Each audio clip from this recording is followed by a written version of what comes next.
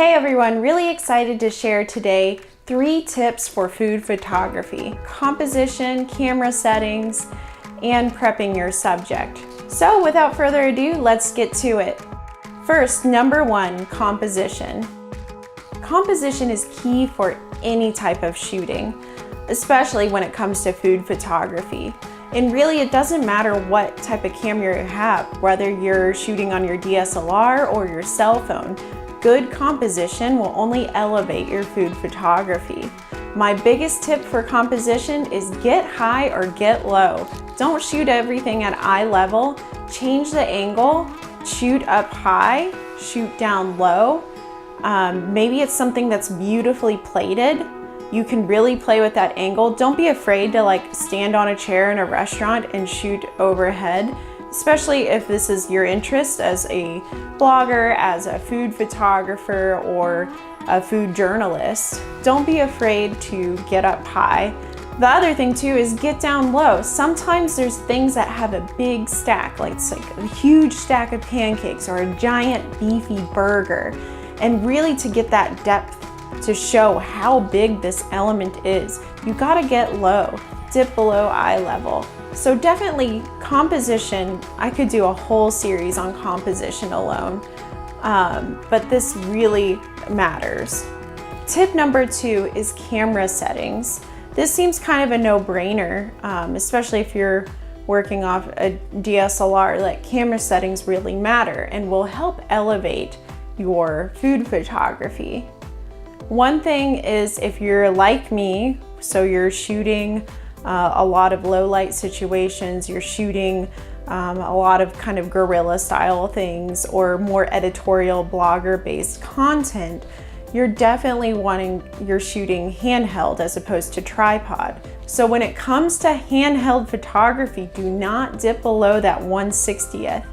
Anything below 1/60th of a shutter, your hands will move the camera. One other thing with camera settings I really recommend is play with aperture and do aperture bracketing. Too often I see everyone grab a DSLR and buy a 50mm, crank that aperture to 1.8 for every single shot. And while that will give you a really cool depth of field, it's maybe not be the best depending on your subject.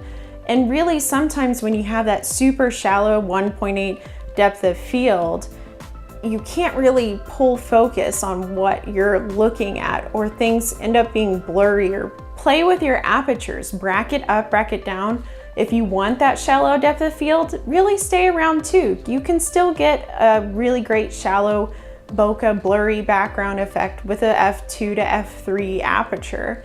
And then also I would bracket it up too, shoot something and shoot some shots with that shallow depth of field and shoot some shots with a higher aperture that would give you a sharper image instead of a shallow depth of field. Sometimes when you're trying to convey flavor in a food photo, for me at least, I like to have it pretty sharp so you can see the textures.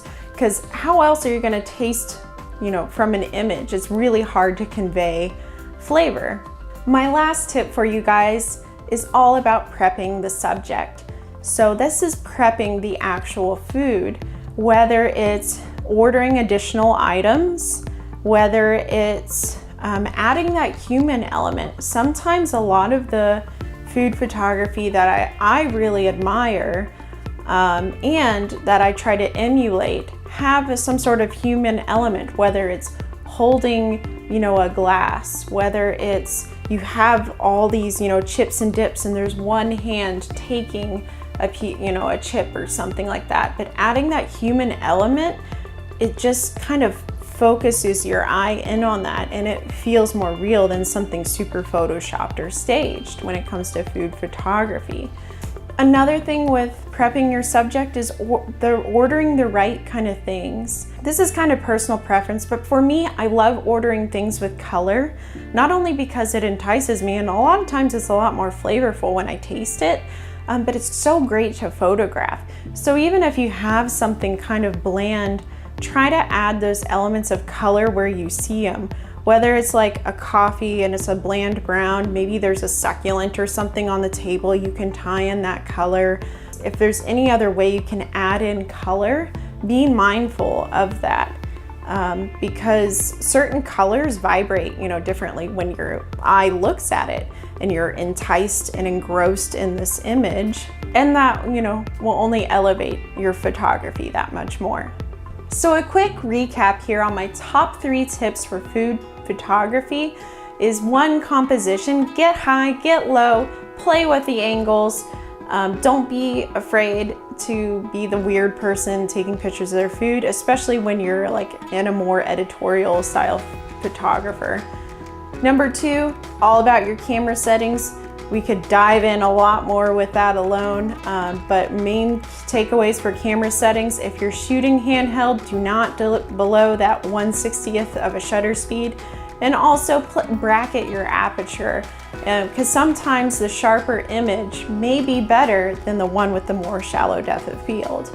And lastly, prep your subject. When it comes down to food photography, it's all about what the food looks like and how you can stage it. Especially if you're shooting more editorial blogger style photos rather than commercial with a food stylist and everything like that. Prepping your subject is easy to do, whether you're at a mom and pop place down the street, whether you're going to a really nice restaurant, whether you ordered some cookies from a bakery. It will only help elevate your photography. I hope that was some great tips for you guys. For this channel, I'm kind of hoping to bridge that gap, not only discovering really great restaurants in Arizona and beyond, but also deep diving into the technical and shooting and videography and all of those aspects. So if you guys have questions or things you want to learn or want to know about, feel free to comment below and let me know, because I'd love to do a lot more of these kind of more technical deep dives. Thanks again for watching. Let me know what other questions you guys have when it comes to food photography or even videography in the comments below, and I'll see you next time.